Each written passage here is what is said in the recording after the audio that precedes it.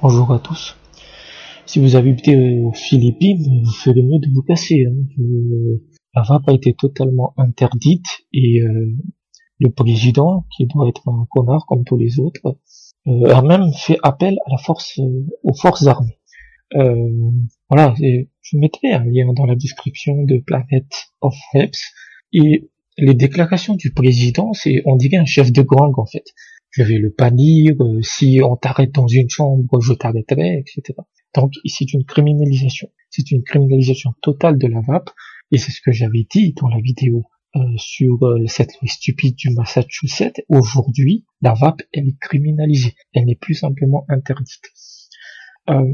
Voilà, et toutes les saloperies sont utilisées pour justifier, genre ça provoque le cancer du poumon, bon, ça contamine les autres personnes, ouais, bon, mais en fait, c'est juste une question de fric, c'est que le gouvernement des Philippines a besoin d'argent, et c'est un gouvernement avec une majorité musulmane.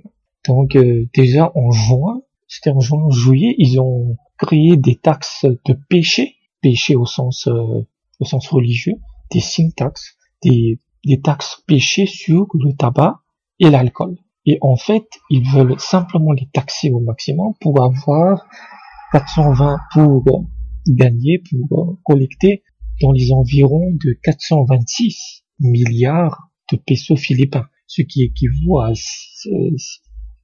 on va dire 7 milliards d'euros. 7 ou 8 milliards d'euros. Donc, derrière la mentalité de gang et de mafieux, on a toujours le fric. On a toujours le fric.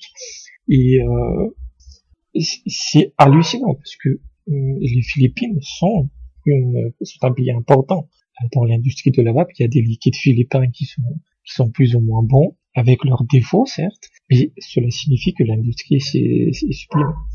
L'industrie sera détruite. Et évidemment, leur campagne de cessation tabagique, c'est du zéro absolu. Hein. Ils veulent continuer à filer à ce que les gens fument sans cesse. Il ne faut pas aussi oublier que des pays comme les Philippines ont un historique assez sanglant. C'est-à-dire que il y a eu beaucoup de dictatures, il y a eu des escadrons de la mort. C'est pas un pays qui plaisante en fait. Les droits de l'homme sont régulièrement bafoués, etc. Tu as des exécutions sommaires quasiment toutes les semaines.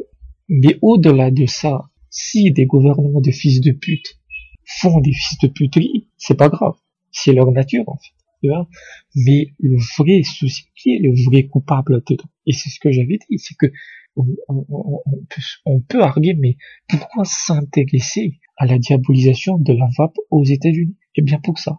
Parce que ça influence tous les autres pays. Ils vont regarder le truc et ils vont faire exactement, mais en bien pire. En Amérique, tu peux pas exécuter des gens. C'est-à-dire que aux Philippines actuellement, ça signifie que si tu vapes en public, c'est pas que tu achètes ou que tu vends. Tu vapes, l'armée t'arrête. L'armée philippine. Donc là, tu peux te faire buter pour vaper. Bon. Et donc, c'est hallucinant en fait. Et dans le même temps, il y a que des mauvaises nouvelles parce que tu as une campagne orchestrée au niveau mondial qui est orchestrée par les Américains pour diaboliser la vape. Dans une vidéo, je disais que la meilleure manière pour l'Europe de se sortir de ce qui est pied, c'est d'isoler les Américains et de les critiquer. Mais bon, quand tu as des politiciens complètement cons, complètement soumis à la dictature de Washington, qu'est-ce que tu veux faire? Même, il y a des régulations qui commencent à venir en Europe. Hein. Il y a des tentatives de législation pour bannir les arômes. Dans le même temps, aux États-Unis, on apprend que il y a une loi qui pourrait passer au Sénat qui interdirait à la poste, US Postal Delivery, UPS donc, non c'est pas UPS mais la poste américaine, de livrer les produits de vape. Déjà, comment ils vont les détecter? Est-ce qu'ils vont envoyer chaque paquet? Parce que tout ce qui est scanner de vape, ça marche pas. Une cigarette électronique, c'est juste un appareil électronique. Donc, ils vont interdire ça. Et en soi, parce que la poste, en fait, dans beaucoup de pays, la poste vous livre chez vous à domicile. C'est pas le cas d'autres pays où vous devez aller chercher le truc à la poste parce qu'il faut payer les douanes, etc. À Madagascar, c'est comme ça, tu dois aller chercher le colis. Mais la poste américaine vous livre chez vous. Et parce que il peut y avoir des gens dans les zones rurales, etc. Donc voilà, c'est important que ça livre chez vous en échange d'une signature. Et cette loi interdirait ça. La poste, c'est le transport le plus abordable actuel. Donc les vapoteurs américains pourraient passer par UPS, DHL, tout ce que tu veux, mais ce serait dans les 20, 30, 40 dollars par paquet. On connaît tous les tarifs de ces transporteurs-là, en fait.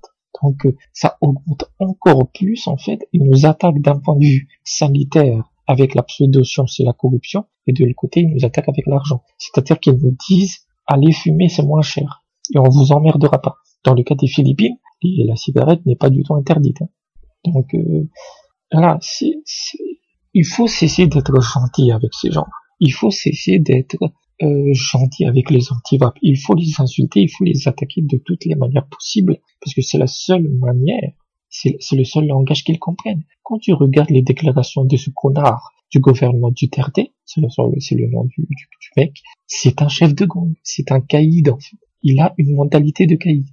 Et beaucoup de politiciens sont comme ça en fait. Voilà. Donc voilà, c'est bon.